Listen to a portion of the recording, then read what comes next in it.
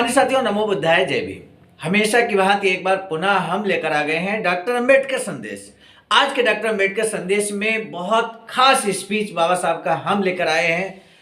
नया साल 1 जनवरी 1938 को दिया गया ऐसा स्पीच जिसमें बाबा साहब ने 1938 में ही ये तय करने के मामले में, आध्यात्म के मामले में किस रास्ते पर आगे बढ़ना है और किस रास्ते पे आगे बढ़ना है, किस रास्ते पर आगे नहीं बढ़ना है, ये बाबा साहब आज के स्पीच में कहते हैं। आज का जो स्पीच हम आप तक पहुंचा रहे हैं, उसी स्पीच में बाबा साहब ये स्पष्ट कर रहे हैं। ऐसे ही स्पीच के साथ आज हम हैं आवाज का ऑफिशियल यूट्यूब चैनल पर, जिसको आपने सब्सक्राइब कर लिया होगा। तो आइए हम देखते हैं आज का जो डॉक्टर अंबेडकर संदेश में बाबा साहब का स्पीच है, वो है बाबा साहब डॉक्टर अंबेडकर संपूर्ण वाङ्मय खंड 39 का हिस्सा, पेज नंबर 66 पर है। राजनीति की गाड़ी खींचते हुए ध्यान रखें कि उसका पहिया आपको कुचल ना दे। ये है आज का डॉक्टर अंबेडकर संदेश का स्पीच का विषय। इसी को लेकर हम आ गए आपके बीच में, लेकर डॉक्टर अंबेडकर संदेश।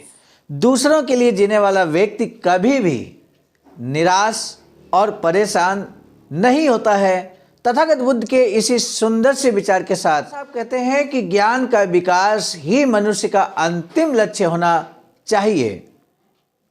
इसी कोटेशन के साथ शुरू करते हैं आज का डॉक्टर अंबेडकर संदेश, जिसे हम प्रसारित कर रहे हैं निर्माणाधीन बुद्धा बोधि अंबेडकर इंटरनेशनल सेंटर सारनाथ वाराणसी से।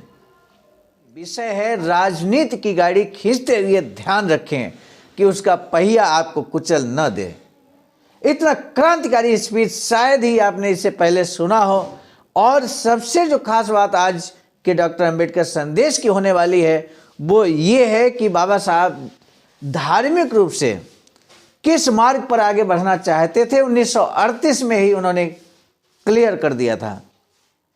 तो इसलिए आज ऐसे ही क्रांतिकारी स्पीच को लेकर हम आपके बीच में हैं, जो कि पहले भी हमने संदर्भ आपको दिया है। बाबा साहब डॉक्टर अंबेडकर संपूर्ण वाङ्मय खंड 39 पृष्ठ संख्या 66 से 67 तक है।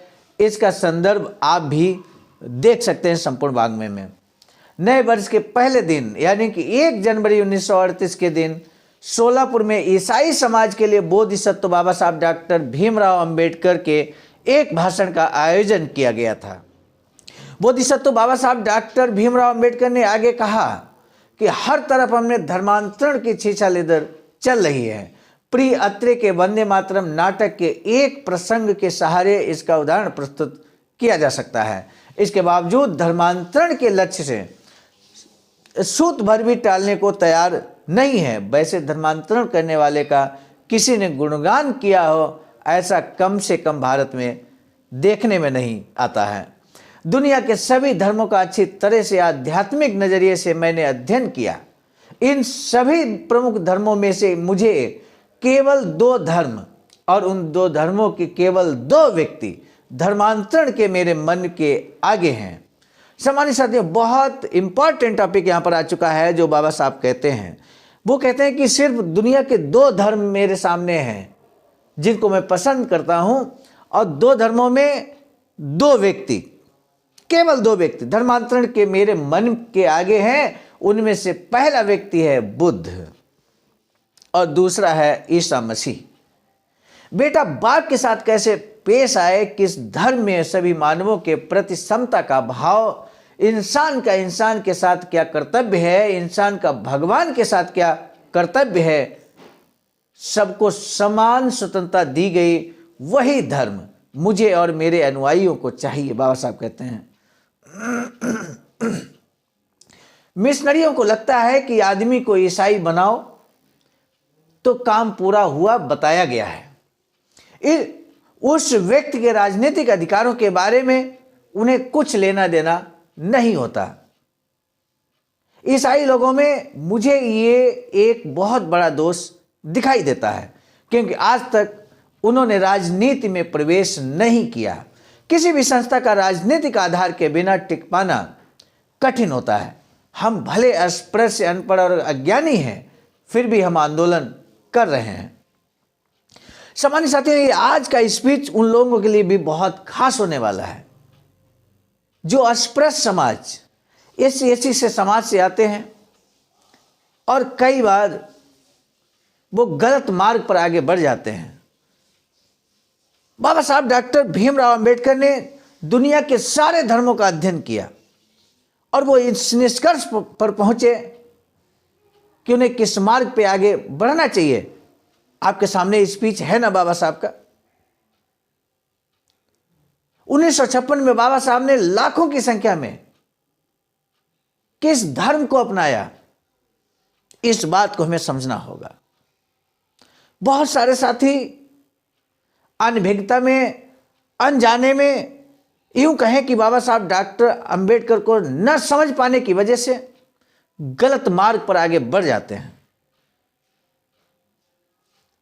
हालांकि बाद में बड़ा नुकसान भी उठाना पड़ता है। आइए देखते हैं, हम सभी अगर वास्तव में बाबा साहब के सच्चे अनुयायी हैं तो हमें बाबा साहब के द्वारा बताए हुए मार्ग पर आगे बढ़ना होगा। आगे क्या कुछ बाबा साहब कहते हैं उसको भी हम समझ लेते हैं। बाबा साहब कहते हैं, इसी कारण लेजिस्लेटिव असेंबली में हमारी 15 जगह हैं, क्योंकि हम राजनीति में इंटरेस्ट रखते हैं, हम आंदोलन कर रहे हैं, अज्ञानी होकर भी हम आंदोलन कर रहे हैं। अस्पृश्य बच्चों को सरकारी वजीफे मिल रहे हैं, हमारे बच्चों की खातिर सरकार ने बोर्डिंग खोले हैं, लेकिन ईसाई लोगों के लिए ये सब उपलब्ध नहीं है। किसी अस्पृश्य बच्चे को, वह जब तक अस्पृश्य है तब तक सरकारी स्कॉलरशिप मिलती है, लेकिन वह अगर ईसाई बनता है तो उसका वजीफा बंद हो जाता है। यानी धर्मांतरण के साथ उसकी दरिद्रता खत्म नहीं होती, धर्मांतरण के कारण उसे इस आर्थिक हानि को झेलना पड़ता है। आपका राजनीति में दखल होता तो हालात विपरीत होते हैं। आपका समाज पढ़ा लिखा है, बाबा साहब कहते हैं, ईसाई लोगों से कहते हैं कि आपका समाज पढ़ा लिखा है। आपके समाज में सैकड़ों लड़के लड़कियां मैट्रिक पास कर चुके हैं। उन्होंने कभी सार्वजनिक अन्याय के खिलाफ अनपढ़ अस्पृश्यों की तरह आंदोलन नहीं किया है। कोई लड़की लड़का जब नौकरी करता है तब अपने ही व्यवसाय में बंधा रह जाता है, अपने तक ही उसकी सोच सीमित होकर रह जाती है। कोई मास्टर बनता है तो अपनी मास्टरकी में डूबा रहता है। सार्वजनिक कामों का कोई रुख नहीं करता, वो कोई बाबू बने या कुछ और, हर कोई अपने ही काम में डूबा रहता है। सामाजिक अन्याय की वे अनदेखी करते हैं। सही है कि आपका समाज पढ़ा लिखा है, लेकिन उनमें से कितने लोग डिस्ट्रिक्ट जज बने हैं, कितने मजिस्ट्रेट भी हैं, मैं इसकी वजह बताता हूं। बाबा साहब कहते हैं ऐसा इसलिए है क्योंकि आपकी राजनीति की ओर अनदेखी हुई है। आपके हित के लिए बातचीत करने वाला, झगड़ने वाला कोई सरकार में नहीं है। राजनीति का चक्रा खींचने के लिए आप में कोई अगर हो तब भले अपने इच्छा अनुसार वह चलता ना हो, उसका पहिया अपने ऊपर से न गुजरे, इसका ध्यान तो रखा ही जा सकता है। आप अपने मुकाम पर पहुंच चुके हैं, अभी राह में हैं, चल रहे हैं। आपके मुकाम की अच्छाई बुराई को देखने के बाद ही हम अपने मुकाम के रूप में आपका मुकाम अपनाएंगे।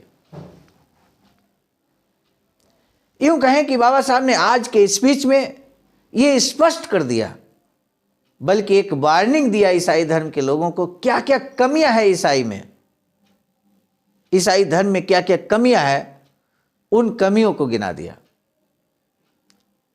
और कहा कि हम परिणाम देखेंगे, क्या परिणाम आएगा उस परिणाम के आधार पर हम निर्णय लेंगे।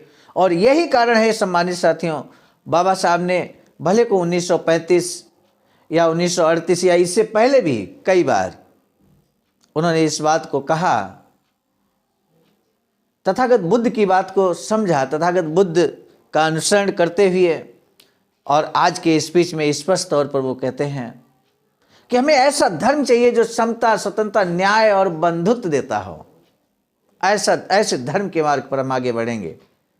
तो क्लियर तो यहीं पर है, क्योंकि सारे धर्मों का बाबा साहब 1938 तक अध्ययन कर चुके थे।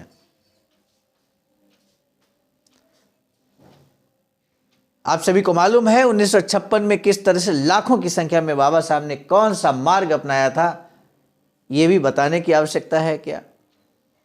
बौद्ध धर्म का रास्ता अपनाया था बाबा साहब ने। इसी संदेश के साथ आज का डॉक्टर अंबेडकर संदेश तो यहां पर समाप्त होता है, लेकिन बाबा साहब की ही इच्छा के अनुरूप एक बड़ा काम अखिल भारतीय अनुसूचित जाति जनजाति कर्मचारी कल्याण एसोसिएशन के तत्वावधान में किया जा रहा है।